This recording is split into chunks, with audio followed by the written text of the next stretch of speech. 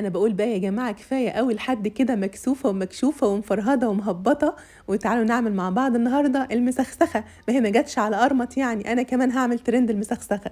علشان بقى نعمل الست مسخسخه بتاعتنا هنحتاج لثلاث بيضات يكونوا بحراره المطبخ. هنضيف عليهم معلقه صغيره من الفانيليا او ظرفين من الفانيليا. هنضيف عليهم كمان نص كوبايه سكر عادي حبيبات. وهنضيف عليهم كمان نص كوبايه من الزيت، بس نستخدم زيت يكون طعمه حلو، بيفرق جدا في الطعم في الاخر. هنضيف عليهم كمان نص كوبايه من الحليب، والحليب يكون بحرارة المطبخ. مش محتاجين بقى هنا خلاط ولا مضرب ولا أي حاجة خالص، بالمضرب اليدوي. هنقلبهم مع بعض كويس جدا، وبعد كده هنضيف عليهم علبة زبادي صغيرة بالحجم الصغير، يعني بمعدل معلقتين كبار من الزبادي.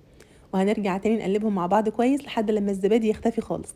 هنضيف عليهم بقى كوباية كبيرة من سميد البسبوسة، سميد وسط مش ناعم. ضفت عليهم كمان كوباية من الدقيق وكوباية من جوز الهند. هنضيف عليهم بقى معلقة كبيرة مليانة من البيكنج باودر ورشة ملح صغيرة خالص.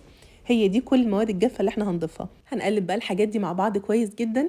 وانتوا بتقلبوا كده لو حسيتوا ان القوام بتاعها تقيل شوية، هنحتاج بقى ان احنا نخفها بمعلقتين 3 من المية، معلقتين 3 من الحليب، لحد بقى لما نوصل للقوام اللي انتوا شايفينه ده. هنجيب بقى صينية ألمونيوم مقاس 30، هندهنها بمعلقة كبيرة من السمنة، ممكن تحطوا معلقة سمنة مع معلقة طحينة. هننزل الخليط وزي ما انتوا شايفين كده هو بيفرد نفسه في قلب الصينية. هنحتاج بقى العلبة من القشطة. لو مش موجود عندك قشطة جاهزة من القشطة المعلبة، اعملي قشطة كذاب، احنا عملناها مع بعض كتير قبل كده. كوبايتين من الحليب، معلقة دقيق، معلقة نشا، معلقة سكر، معلقة فانيليا، وارفعيهم على النار لحد لما القوام بتاعهم يتقل. بعد كده هناخد القشطة بعد ما تكون بردت شوية، نحطها في كيس حلواني ونبدأ بقى نعمل خطوط بالطول وخطوط بالعرض زي ما انتوا شايفين كده. هناخد الصينية بتاعتنا دي على فرن سخن من قبل كده على حرارة 180 في الرف اللي في النص. بتاخد معانا من 45 دقيقة ل 50 دقيقة، وطبعا بنتابع التسوية بتاعتها وبنتابع اللون. لو احتاجت الشواية بنشغلها آخر 5 دقايق. هنحضر بقى الشربات. هنحتاج لكوباية ونص من السكر، عليهم كوبايتين من المية، عليهم معلقة صغيرة من الفانيليا وعصرة نص ليمونة. هنقلبهم كويس ونرفعهم على نار متوسطة بالظبط 5 دقايق من وقت الغليان. احنا بنستخدم الشربات وهو سخن جدا.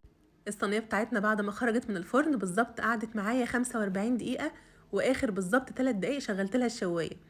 احنا بننزل عليها بقى بالشربات، والشربات سخن جدا. انا حطيت على الشربات معلقة كبيرة من السمنة البلدي، وبستنى بقى على الصينية بعد ما تخرج من الفرن بالظبط نص ساعة. يعني مش بحط الشربات على الصينية وهي لسه خارجة من الفرن سخنة جدا، لا بستنى عليها شوية لحد لما تهدى كده وتبرد، وبعدين بنزل عليها بالشربات وهو سخن جدا. هي بتاخد كل كمية الشربات. هنشربها الشربات ونستنى عليها بقى لحد لما تهدى شوية. ولو حابين بقى تزينوها بشوية فستق، شوية جوز هند، أي حاجة متاحة عندكم زينوا بيها. وطبعا بقى يا جماعة دي ولا هي مسخسخة ولا تعرف أي حاجة عن السخسخة، دي كيكة الرواني. بس أنا عندي في البيت ولادي كده مسمينها المسخسخة، لأن هي بصراحة مش محددة موقفها يعني، ولا هي كيكة ولا هي بسبوسة. ما تعرفوش بقى هي كيكة عاملة نفسها بسبوسة ولا هي بسبوسة عاملة نفسها كيكة. مش هنختلف بقى كتير على الأسماء يعني، سواء كانت مسخسخة أو كيكة أو بسبوسة، فهي في كل الأحوال طعمها تحفة. وزي ما شفتوا كده سهلة جدا وسريعة في التحضير. وعايزة اقول لكم ان هي بتدوب في البق حرفيا، يعني فعلا فعلا ليهم حق ولادي يقولوا عليها مسخسخة. ان شاء الله تجربوها وانا متأكدة انها تعجبكم جدا.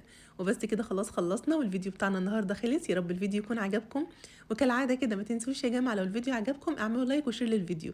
واشوفكم على خير بقى في الفيديو اللي جاي. مع السلامة.